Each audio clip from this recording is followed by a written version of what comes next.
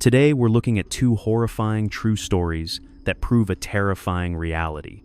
Sometimes, the most dangerous places in the world aren't the ones that look threatening. Sometimes danger hides behind silence, routine, and the false belief that nothing bad could possibly happen. Both of today's stories involve people entering isolated locations where help was far away and survival depended entirely on circumstances outside their control. One man traveled across the world searching for peace and solitude inside a remote cave hidden deep within the jungles of Sri Lanka. The other was a young boy enjoying an ordinary bicycle ride through a quiet Norwegian town. Neither of them knew they were only moments away from encountering something that would change everything. These stories are real, and they serve as a reminder that nature does not operate according to human expectations. As always, viewer discretion is advised. The 25th of March 2026. Kumana National Park, Sri Lanka. Kumana is one of the wildest places on the island. Dense forests stretch for miles without interruption. Hidden caves cut into rocky hillsides. Narrow trails disappear into thick vegetation. The further a person travels into the park, the more obvious one reality becomes. Humans are visitors here. The animals are not. Every tree, every riverbank, every patch of jungle belongs to creatures that have lived there for generations. Among those animals is the Sri Lankan leopard, one of the most powerful predators in Asia. Unlike leopards in many other parts of the world, Sri Lankan leopards have no natural competitors. There are no tigers sharing their territory, no larger predators forcing them to surrender ground. They dominate the landscape completely. They move where they want, rest where they want, and hunt where they want. For them, the caves scattered throughout Kumana are not landmarks. They are part of home. A 43-year-old Czech monk had come to Sri Lanka searching for something entirely different. He wanted silence. He wanted distance from the distractions of modern life. He wanted a place where he could meditate without interruption. After spending time exploring the area, he discovered a cave hidden within the park. The location felt perfect. It was quiet, isolated, and surrounded by nature. The cave quickly became part of his daily routine. He would return there, sit in meditation, and spend hours disconnected from the outside world. Local residents and people familiar with Kumana warned him repeatedly. They explained that the caves were often used by wildlife. Some belonged to animals that could be extremely dangerous if surprised. They told him that spending long periods alone inside those caves was not a good idea. The monk listened politely, but after several visits without incident, the warnings gradually seemed less important. Nothing had happened before. Why would anything happen now? On the afternoon of March 25th, he entered the cave once again. The weather was calm. Sunlight filtered through the trees outside while the interior remained cool and shaded. He found his usual spot and settled into meditation. Slowly, his breathing became deeper. His muscles relaxed. The sounds of the jungle faded from his awareness. Minutes passed, then an hour, then another. Eventually, he became almost completely motionless. To anyone observing him from a distance, he looked less like a person and more like part of the cave itself. Outside, something was moving through the jungle. A leopard was traveling along a route it had likely used many times before. The animal moved quietly between trees, its body blending perfectly into the environment. Every movement was controlled. Every step was deliberate. As it approached the cave, it detected something unusual, a scent, a presence. It paused and looked toward the entrance. At first, it simply watched. The cave opening framed a motionless figure sitting in darkness. No movement, no reaction, no sign of awareness. Predators spend their entire lives studying movement. They watch for hesitation, weakness, vulnerability. The figure inside the cave presented none of the signals that typically warn an animal it has been noticed. Slowly, the leopard stepped closer. Then another step. The monk remained completely unaware. His eyes stayed closed. His breathing remained calm. The distance between predator and human continued shrinking. Every second brought them closer together. The leopard stopped again. It studied the figure one final time. Then instinct took over. What happened next occurred with terrifying speed. The animal exploded forward from the darkness and closed the remaining distance almost instantly. There was no warning growl, no opportunity to react, no chance to escape. the confined space of the cave left nowhere to run. The attack was violent and brief. Within moments, silence returned. Outside, the jungle continued exactly as before. Birds continued singing, leaves continued moving in the wind.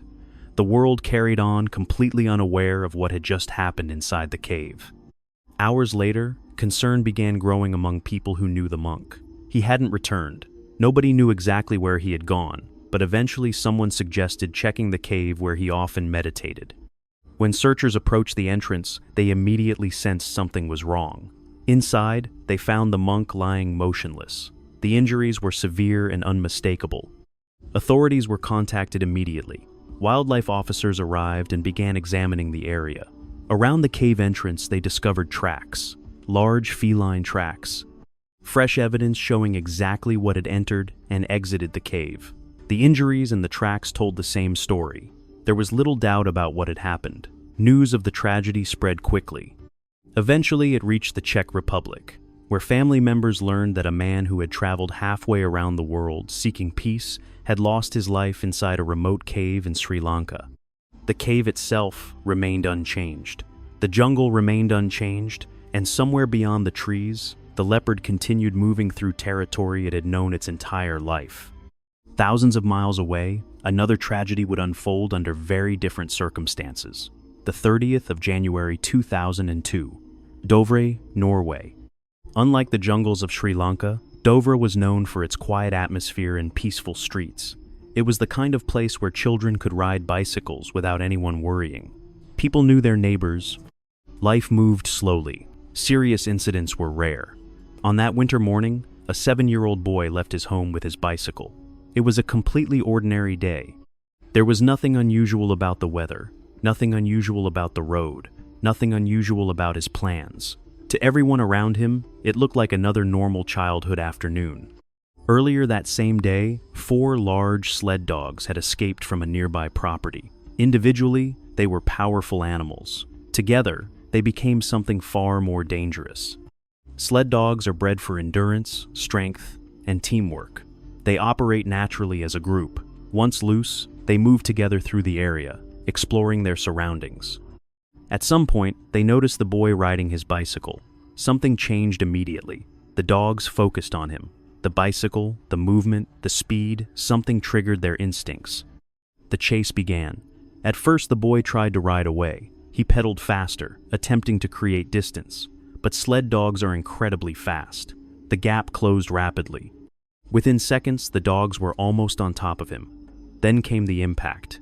One of the animals reached him first, causing him to lose control of the bicycle. He fell to the ground. Before he could recover, the others arrived. Suddenly, he was surrounded. 4 powerful animals moved around him from different directions. Every attempt to escape became more difficult.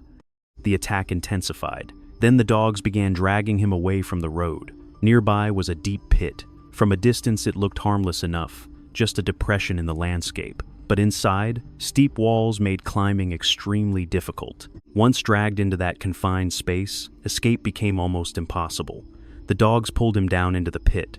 There, hidden from view, the attack continued. The walls blocked visibility from the road above. Anyone passing nearby would have had no idea what was happening below. Time passed. Eventually, the area became quiet again. Yet the dogs remained near the pit. Some stayed inside while others lingered around the edge. Hours later, a nearby resident heard aggressive barking and decided to investigate. Following the sound, he eventually reached the location. Looking down into the pit, he struggled at first to understand what he was seeing. Then the horrifying reality became clear. He immediately contacted authorities. Police arrived and secured the area. The dogs were removed. Investigators confirmed that all 4 animals had participated in the attack. The boy had died inside the pit. The incident shocked Norway.